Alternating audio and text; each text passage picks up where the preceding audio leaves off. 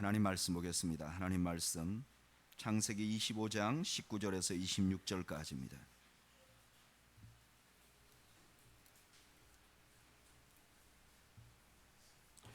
창세기 25장 19절에서 26절까지.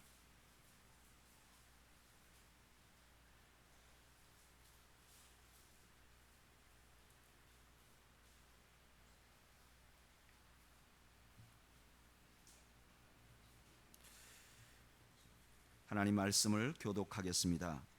구약 34페이지. 아브라함의 아들 이삭의 족보는 이러하니라. 아브라함이 이삭을 낳았고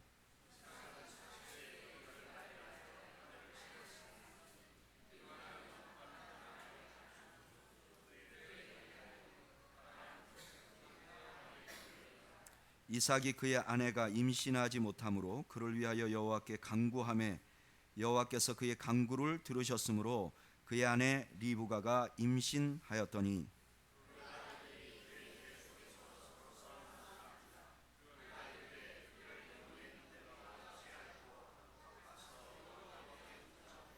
여호와께서 그에게 이르시되 두 국민이 내 태중에 있구나. 두 민족이 내 복중에서부터 나누리라. 이 족속이 저 족속보다 강하겠고 큰 자가 어린 자를 섬기리라 하셨더라.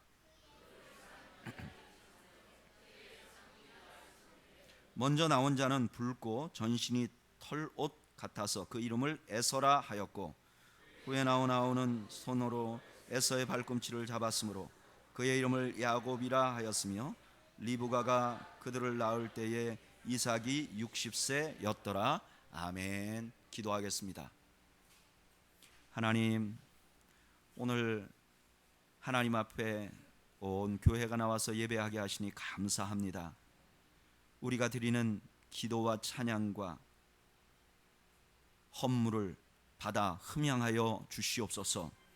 하나님 아버지, 특별히 저희들이 하나님 앞에 올려드리는 예배를 우리 주님께서 받으시고 그 받으시는 것 때문에 우리 모두가 치유되고 회복되고 새롭게 되는 은혜가 있도록 주여 역사해 주시옵소서. 특별히 자신의 소중한 물질을 하나님 앞에 드린 손길들도 기억하시고 하늘의 신령한 복과 땅의 풍요로운 복으로 갚아 주시옵소서. 하나님, 이제 저희가 주의 말씀을 듣고자 합니다. 친히 말씀으로 찾아오신 주님, 저희들에게 말씀하여 주시옵소서. 예수님의 이름으로 기도하옵나이다. 아멘.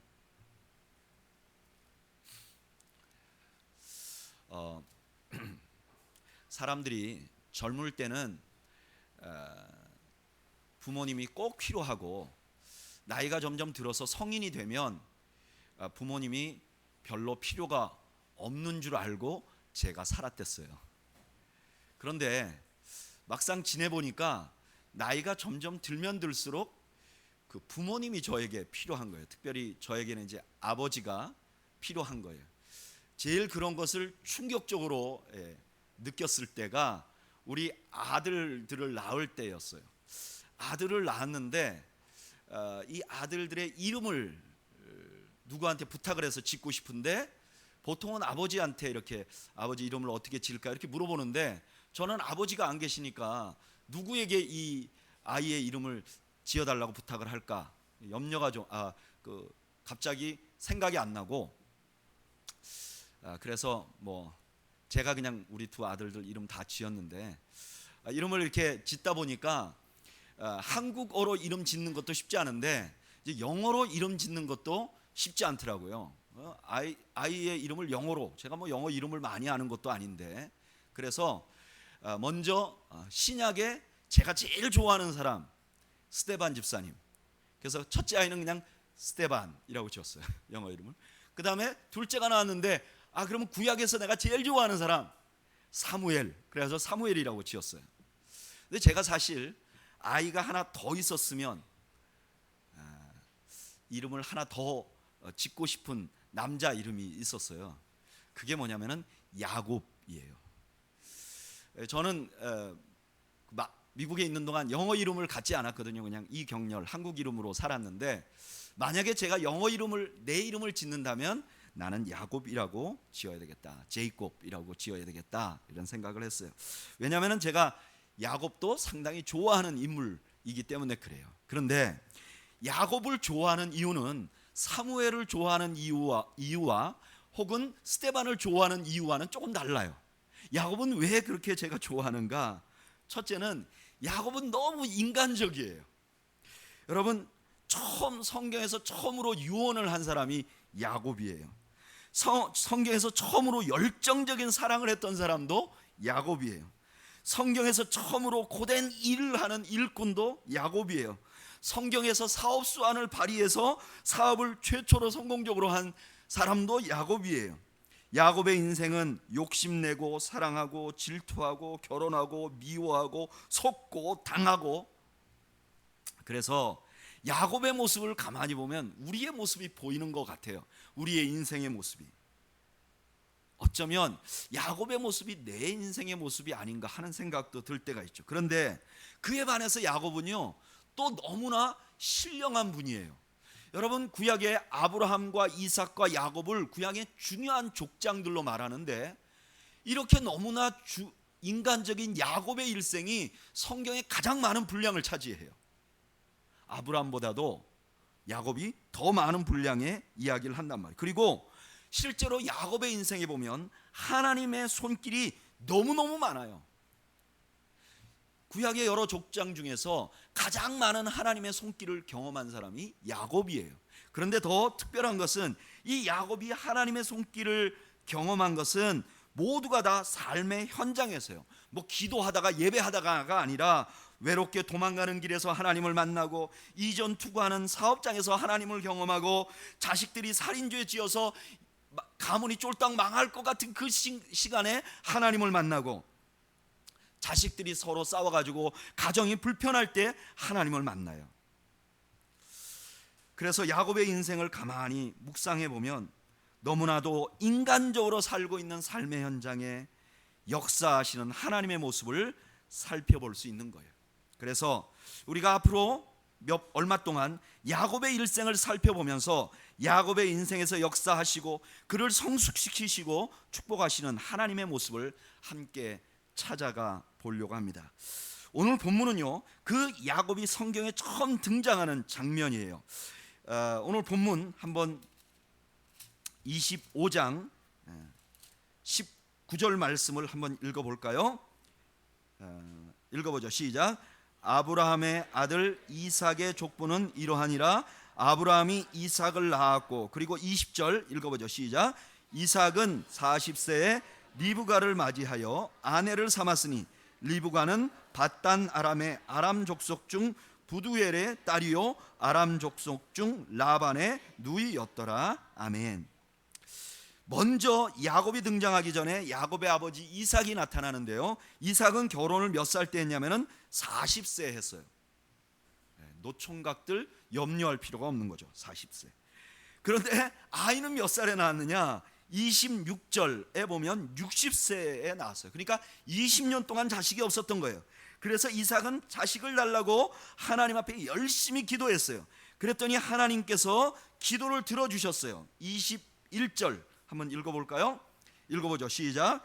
이삭이 그의 아내가 임신하지 못하므로 그를 위하여 여호와께 간구하매 여호와께서 그의 간구를 들으셨으므로 그의 아내 리브가가 임신하였더니, 임신했어요. 그런데 하나님이 아이를 주시는데 어떻게 주셨죠? 하나를 준 게 아니라 한꺼번에 둘을 주셨어요. 여러분, 하나님은 항상 넉넉하게 주시는 분이세요. 기도를 잘해야 돼요. 자, 여기까지는 괜찮은데 22절에 문제가 생겼어요. 우리 22절 읽어볼까요? 시작. 그 아들들이 그의 태 속에서 서로 싸우는지라 그가 이르되 이럴 경우에는 내가 어찌할꼬 하고 가서 여호와께 묻자온대. 두 아들을 주었는데 두 아들이 쌍둥이라 배 안에서, 근데 이 쌍둥이가 배 안에서 막 싸우는 거예요. 여러분, 왜 싸웠을까요? 이게 우리가 인간적으로는 모르는데 유대인 정신의학자인 나오미 로젠블라트라는 분이 이 그 창세기에 대한 글을 쓰면서 이렇게 말해요. 태어나기 전에 쌍둥이의 모습을 보면요, 야곱과 에서가 왜 싸웠는지 금방 알 수가 있다 그래요. 왜 싸웠냐면은 쌍둥이가 배 안에 들어있으면 이 두 쌍둥이가 항상 서로 어머니의 영양분을 더 많이 가지려고 이렇게 경쟁을 한다 그래요, 뱃속에서. 그러니까 이 야곱과 에서가 그 안에서 왜 싸웠느냐? 먹고 살기 위해서, 먹고 살기 위해서 싸우는 거예요. 이게 너무나 싸우니까 그 어머니 리브가가 하나님께 여쭤봅니다. 도대체 왜 이럽니까? 그랬더니 하나님께서 그 질문에게 대답해 준 것이 23절이에요. 한번 읽어볼까요? 읽어보죠. 시작. 여호와께서 그에게 이르시되 두 국민이 내 태중에 있구나. 두 민족이 내 복중에서부터 나누이리라. 이 족속이 저 족속보다 강하겠고 큰 자가 어린 자를 섬기리라 하셨더라. 아멘. 뱃속에 두 국민이 있다는 거예요. 다시 말하면 이 뱃속에 있는 아이가 나중에 큰 민족을 이룰 거라는 거예요. 이거 뭐 너무너무 놀라운 축복이죠. 그런데 이 말이 적어도 리브가에게는 특별한 말이었어요. 왜 특별한 말인가? 여기 두 민족, 두 국민이라고 할 때 이 국민이라는 말이 히브리어로 고임이라는 말인데, 이 고임이라는 말이 언제 처음 등장했냐? 창세기 17장 5절에 하나님께서 아브라함을 축복할 때 이렇게 말해요. 이제후로는 내 이름을 아브라함이라 하지 아니하고 아브라함이라 하리니 이는 내가 너를 여러 민족의 아버지가 되게 함이니라 할 때 여기 여러 민족이라는 단어가 이 고임이라는 말하고 똑같은 거예요. 그러니까 하나님께서는 리브가에게 축복하면서 아브라함의 이야기가 생각나도록 만들었던 거예요. 사실은 이 창세기 25장은 1절을 보면 아브라함의 이야기로 시작돼요. 그리고 창세기 25장 자체가 아브라함이 죽는 이야기가 나오고 11절에 보면 아브라함이 죽자 그 복이 이삭에게 넘어갔다고 말해요. 그리고 12절부터 이스마엘 족보 쭉 말한 다음에 오늘 우리가 읽은 본문에 보면 아브라함의 아들 이삭의 족보는 이라고 시작해요. 그러니까 이게 무슨 말이냐면은 아브라함의 축복이 이삭에게 넘어갔다는 거예요. 그리고 이삭의 배 안에 두 민족이 있다는 거예요.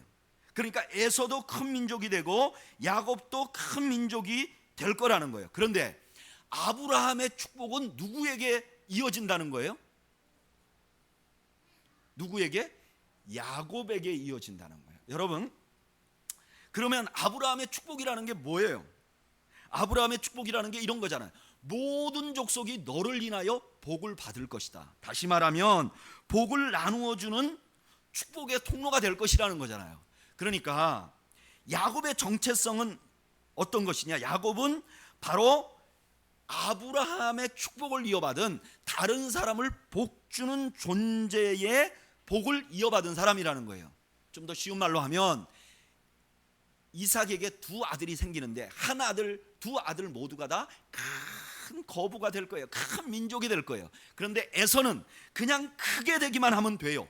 그런데 야곱은 크게 되는데 그걸 통해서 또 다른 사람들을 축복하는 인생이 되어야 한다는 것을 의미하는 거예요. 그래서 야곱의 인생의 맨 끝에 보면 아들들을 축복하는 것으로 끝나요. 그런데 안타까운 것은 야곱은 그런 복을 타고났는데 지금 그걸 모르고 있는 거예요. 그리고 야곱은 자기만 복받기 위해서 막 싸우는 거예요. 자기만 잘 먹고 잘 살기 위해서 막 형하고 싸우는 거예요. 여러분, 이게 야곱의 인생 전체의 큰 문제였어요. 이 야곱의 인생 전체를 가장 잘 보여주는 장면이 있는데 그게 야복강에 씨름하는 장면이에요. 야곱이 야복강에서 씨름을 해요. 하나님과 천사와. 씨름하는 목적이 뭐냐면 자기가 하나님을 이겨버리겠다는 거예요. 야곱은요 항상 이기려고 살았어요. 인생의 문제와 싸우면서 최선을 다했어요. 그리고 이겼어요. 오늘날로 말하면 인생의 문제가 많이 닥치는데 그 문제를 적극적으로 극복해서 늘 성공했던 사람이었어요. 그런데 그 성공이 그를 만족시키지 못했어요. 야곱은 스스로 자기 인생을 한마디로 표현할 때 뭐라고 표현했느냐? 창세기 47장 9절 말씀 한번 찾아보죠.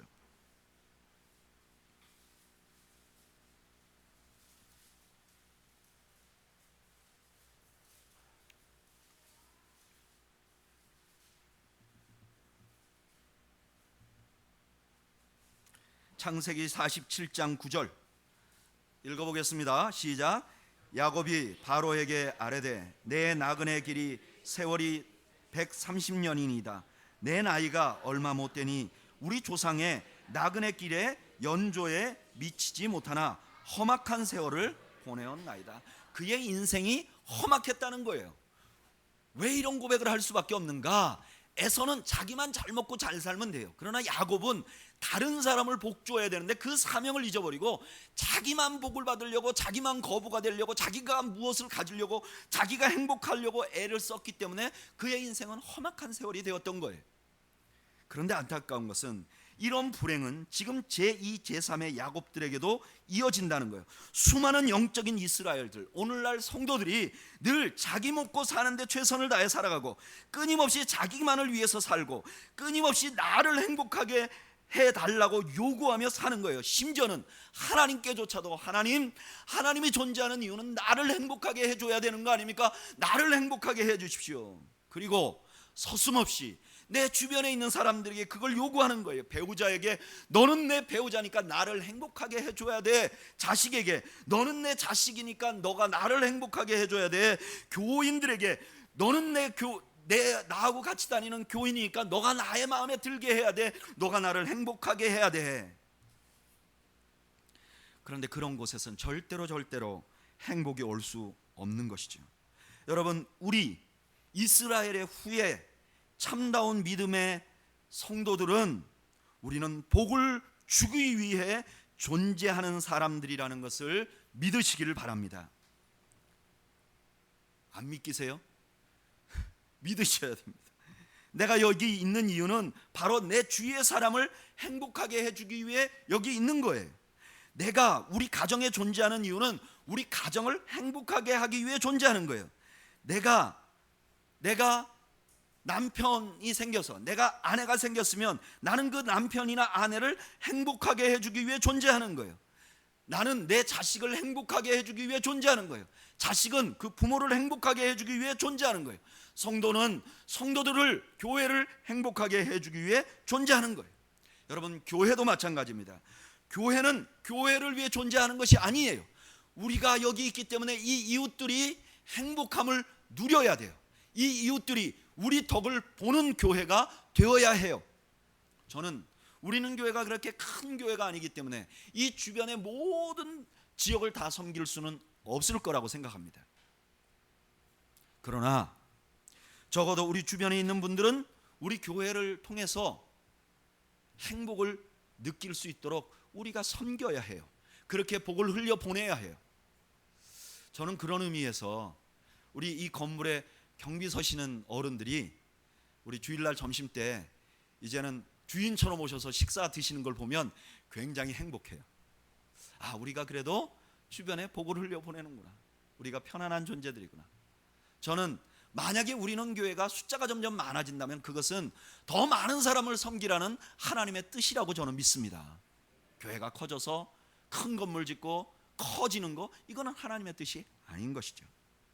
하나님의 뜻은 커져서 어떻게 할 것인가, 무엇을 할 것인가, 어떻게 세상을 복되게 할 것인가에 달려 있는 것이죠. 이렇게 우리가 다른 사람을 위해 존재하고 다른 사람을 섬길 때 비로소 우리도 행복해지는 거예요. 제가 미국에서 부교역자로 섬길 때 이제 성도들 신방을 가는데 어떤 한 권사님은 세탁소를 하시는데 그 가게에 신방 오지 말라고 하는 거예요. 그래서 왜 신방을 오지 말라고 하는가 했더니 그 가게가 우범지대에 있어요. 완전히 흑인들 사이에.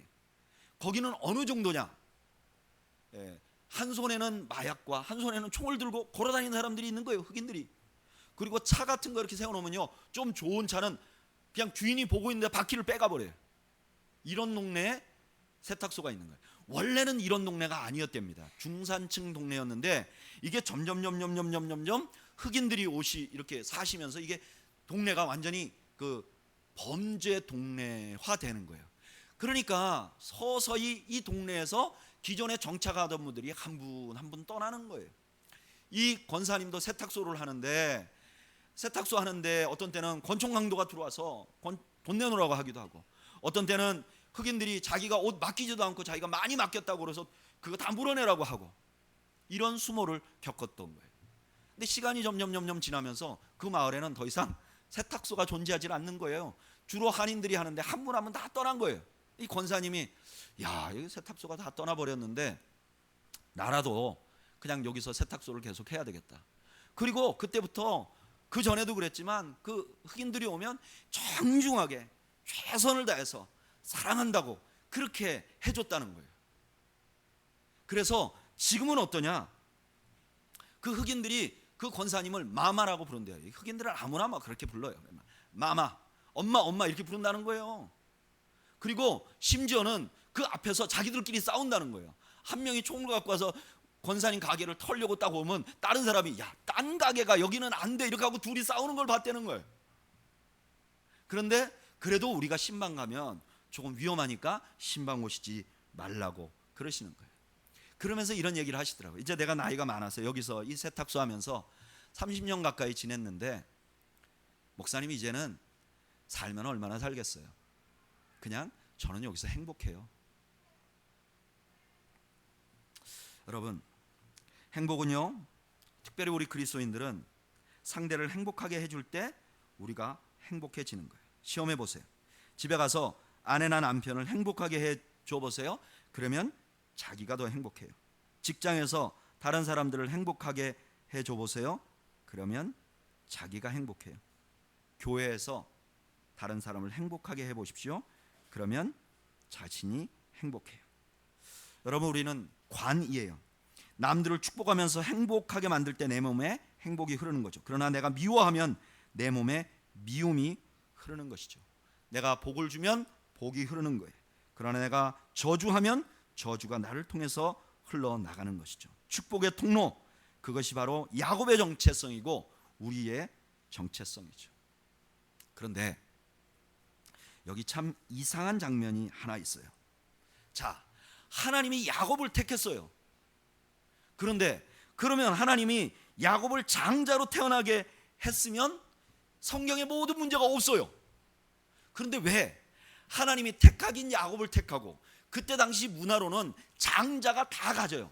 장자는 주인이 되고 차자부터는 종이 될 수도 있는 사회였어요. 장자는 아버지의 재산을 다 물려받고 차자는 장자가 물려주는 만큼만 받아야 하는 그런 문화도 있었던 때였어요. 그러면 하나님이 야곱을 사랑한다면 그냥 야곱을 첫째 아들로 태어나면 되게, 첫째 아들로 태어나게 되면 되잖아요. 그건 몇 분 차이도 아닌데, 근데 왜 하나님은 굳이 자기가 택한 야곱을 둘째로 태어나게 했을까? 왜 그런 문제를 만들어서 야곱이 그렇게 둘째 때문에 서러워하고 서러움을 당하고 어려움을 겪도록 만들었을까? 왜 그랬을까요? 오늘 설교의 핵심은 이 이유를 알아가는 거예요. 그런데 이 이유를 저는 저만 궁금해하는 줄 알았어요. 이런 거 물어보는 사람 없잖아요. 그런데 궁금해하는 사람이 또 한 분 계셨어요. 그게 누구냐? 사도 바울이에요. 사도 바울이 왜 그렇게 했는지 비슷한 답을 우리에게 주세요. 우리 로마서 9장 10절에서 13절 한번 읽어보겠습니다. 로마서 9장 10절에서 13절.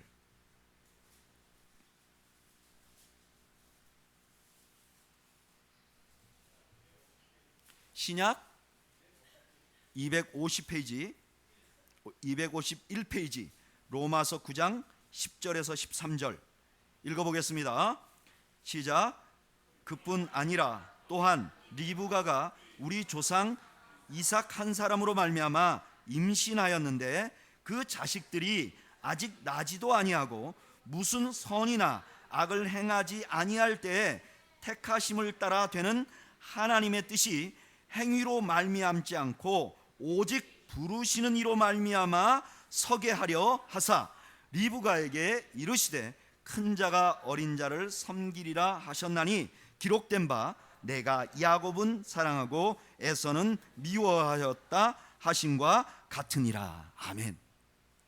왜 하나님이 야곱을 택하셨는가? 그리고 둘째로 나게 했는가? 하나님이 외부적인 조건이 하나님의 사랑을 받는 조건이 아니라는 것을 알려주려고 그랬다는 거예요. 하나님의 사랑을 받는 것은 우리가 잘났기 때문에, 내가 무엇을 누리고 있기 때문이 아니라 하나님의 전적인 주권으로 하나님이 그렇게 하시기를 원하셨기 때문에 그렇게 되었다는 것이에요. 여러분, 만약에 하나님이 야곱을 장자로 택하고 태어나게 하고 야곱을 사랑했다면 이 땅의 모든 둘째들은 희망이 없어졌을 거예요.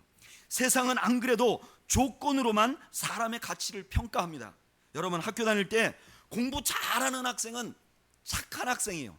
공부 잘하면 사고를 쳐도 쟤는 어쩌다 실수했다고. 근데 공부 못하는 아이가 사고를 치면 너 그럴 줄 알았다고. 이게 무슨 말이에요? 공부 잘하면 그 아이가 착할 것이라고 생각하는 거예요. 그러나 공부 잘하는 것과 착한 것은 다른 것이죠. 비싼 차를 타면 교양이 있을 거라고 생각해요. 또는 고위직에 올라가면 인격도 좋을 거라고 생각해요. 좋은 옷을 입으면 인격을 좋을 것이라고 생각해요. 이게 세상의 추측이에요. 이런 생각이 교회 안에도 들어와서 이런 생각을 하는 분들이 있어요. 사업을 잘하면 그 사람 하나님이 사랑하는 것 같아요. 근데 사업이 망하면 그 사람 하나님이 덜 사랑하는 것 같아요. 자식이 좋은 학교를 가면 부모가 믿음이 좋은 것 같아요. 자녀가 잘 안 되면 그 부모가 하나님께 사랑을 인정을 못 받는 것 같아요.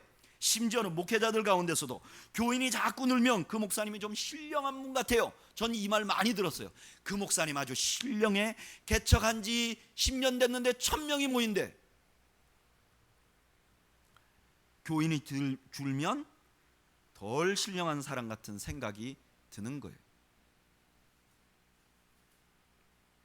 그래서 간증을 하려고 해도 시각장애인이면 강용우 박사같이 돼야 돼요. 시각장애인인데 그냥 안마시술소에 일하면 이분은 절대 간증할 수가 없어요. 하나님의 사랑을 경험할 수가 없어요. 강용우 박사 정도 돼서 박사학위 받아야 간증을 할 수 있고 하나님이 내 삶에 역사한다고 생각하는 거예요. 그런데 하나님이 에서를 택한 것이 아니라 야곱을 택했기 때문에 우리 모두가 희망을 가질 수 있는 거예요.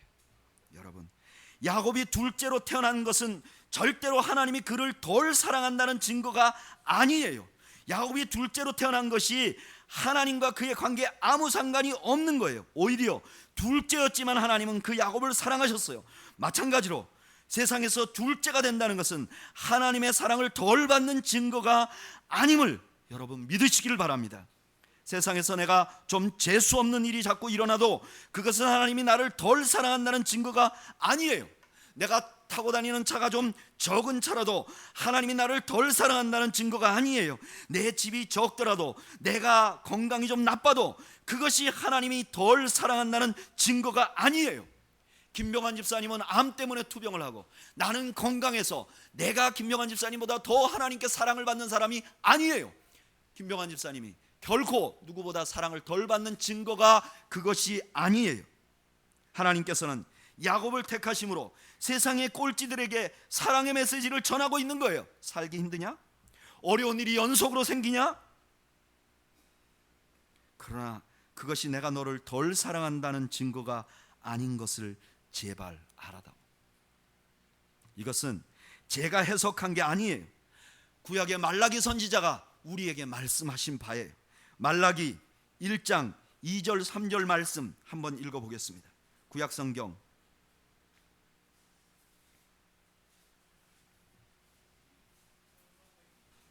1327 구약의 말라기서 1장 2절 3절.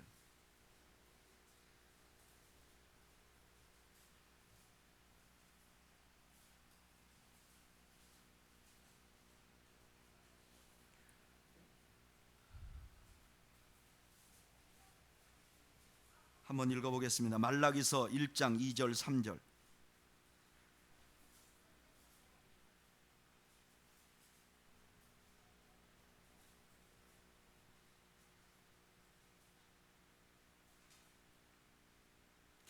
이 절 말씀만 읽어보겠습니다. 읽어보죠. 시작. 2절만 시작. 여호와께서 이르시되 내가 너희를 사랑하였노라 하나 너희는 이르기를 주께서 어떻게 우리를 사랑하셨나이까 하는도다. 나 여호와가 말하노라. 에서는 야곱의 형이 아니나 그러나 내가 야곱을 사랑하였고. 지금 이 말라기 시대가 굉장히 어려운 시대였어요. 이 나라 자체가 완전히 황폐가 되어 있었어요. 그때 하나님께서 이스라엘에게 나타나서 말해요. 내가 너희를 사랑한다. 그러니까 백성들이 말하는 거예요. 하나님, 우리가 이모년인데 무슨 하나님이 나를 사랑하십니까? 우리가 이렇게 못났고 이렇게 망하고 이렇게 어렵고 이렇게 힘든데 무엇이 하나님이 우리를 사랑한다는 것입니까? 그런 마음을 가지고 있는 그들에게 하나님이 말씀하시는 거예요. 내가 에서를 미워하고 야곱을 사랑했다고 말하지 않느냐. 내가 야곱을 택한 이유는 너희들의 형편이, 너희들의 상황이 내가 너희들을 얼마나 사랑한다는 증거가 아닌 것을 나타내기 위함이다 라고 말씀하시는 것이죠. 여러분, 하나님은 절대로 내가 잘나서, 내가 성공해서, 내가 모든 것을 소유해서 그것 때문에 하나님이 나를 사랑하는 이유가 되는 것이 아님을 여러분 믿으시기를 바라요. 제가 그 전에 미국에서 목회할 때 저는 장애인들을 좀 돕는 일에 관심이 많았어요. 그래서 우리 릉교회가 설립되면서 첫 번째 크리스마스 헌금도 미랄 재단으로 보냈던 것이 그것 때문인데, 거기에 장애인들만 모인 예배를 만들었어요. 그래서 거기 장애우들이 많이 오시고 또 그 안에서 예배도 드리고 그래요. 그런데 그 중에 한 장애우를 가진 어머니가 글을 썼어요. 그 글을 읽어보니까 이런 얘기를 하는 거예요. 이분이 굉장히 유복한 부인인데 아이를 낳았는데 이 아이가 선천성 흑내장이에요. 그래가지고 날 때부터 아이가 시각장애아로 태어났어요. 그리고 그 외모도 이렇게 시각장애를 단순히 갖는 게 아니라 좀 이렇게 외모도 예쁘게 태어나질 않았어요. 그래서 이 선천성 흑내장을 어떻게 좀 고쳐볼 수 있을까 해서 수없이 의학적으로 주변에 있는 사람들에게 문의를 해요. 근데 잘 안 돼요. 그래서 이분이 그때부터 신앙생활을 시작해요. 자기 친척들과 자기 아는 사람들에게 다 연락을 해서 같이 기도하자고. 그분이 다니는 교회가 다 달려들어서 그 아이를 위해서 기도를 해요. 그런데 그 아이가 나아지질 않는 거예요. 아빠도 엄마도 아이가 태어나서 1살쯤 될 때 너무너무 그 아이만 보면 슬픈 거예요. 이 아이를 어떻게 키워야 되고 이 아이가 어떻게 자랄까? 걔만 보면 가슴이 답답한 거예요. 그런데 이분이 그 아이를 고쳐달라고 기도를 했는데, 그런 기도하는 중에 아이는 아직도 전혀 변함이 없는데 자기가 어느 날 그 아이를 보니까 그 아이가 그렇게 이쁘더라는 거예요. 그 전에는 눈을 못 뜨는 아이, 좀 얼굴이 이렇게 정상적이지 않는 그 아이를 보면 화가 나고 낙심되고 절망했는데, 그렇게 걔를 고쳐달라고 기도했는데 걔 안 고쳐졌는데 하나님 앞에 원망하는 마음이 생겨야 되는데 이상하게 그 아이를 보는데 너무너무 이쁘다는 거예요. 이분이 그때 하나님을 만나버렸어요. 그전에는 막연하게 하나님 교회 다녔는데, 이제는 하나님을 제대로 만난 거예요. 그래서 이분이 다니면서 뭐라고 말하고 다니냐면 이 아이가 하나님이 주신 선물이라고 간증하는 거예요. 기도해도 낫지 않은 사람도 하나님의 사랑을 느낄 수가 있어요. 망한 사람도 하나님이 지극히 사랑하는 사람이에요. 이것을 확증시켜 주는 것이 바로 십자가예요. 머리 둘 곳도 없던, 재산이 하나도 없던, 그냥 갈릴리 바닷가를 거닐면서 가르치시기만 하셨던 그 인기 없는 랍비 예수님을 향해서 하나님이 이는 내 사랑하는 아들이라고 말씀하셨어요. 그 예수님이 승천하셔서 하늘 보좌 위에 계실 때가 아니고 아직도 여전히 사람들에게 인정받지 못하고 그냥 머리 둘 곳 없는 그분을 향해서 하나님이 이는 내 사랑하는 아들이라고 말했어요. 어떤 규칙도 어떤 직함도 없는 예수님을 하나님의 아들이라고 이름을 주었어요. 오해받고 모함받아서 십자가에 죽은, 정말 세상적으로 봤을 때는 재수 없는 바로 그분을 하나님은 지극히 높이셔서 하나님 보좌 우편에서 온 세상을 통치하도록 만드신 거예요. 그러면서 그 하나님이 우리에게 십자가를 통해서 말하는 거예요. 외적인 상황으로 무언가 꼬인다고 하나님이 내가 너를 사랑하지 않는다고 말해서는 안 된다. 나는 너를 사랑하고 너를 응원한다. 세상의 둘째 여러분, 여러분들의 부족함이 하나님이 여러분을 덜 사랑한다는 증거가 아니에요. 우리가 여전히 부족하지만 하나님은 우리를 세상을 향한 축복의 통로로 만드셨어요. 부족하면 부족한 대로 어깨를 펴세요. 그리고 내가 있는 곳에서 주변의 사람을 행복하게 만들어 나가세요. 바로 여러분들이 야곱의 자손, 진정한 하나님의 아들, 하나님의 딸, 하나님의 백성이기 때문에 그렇습니다.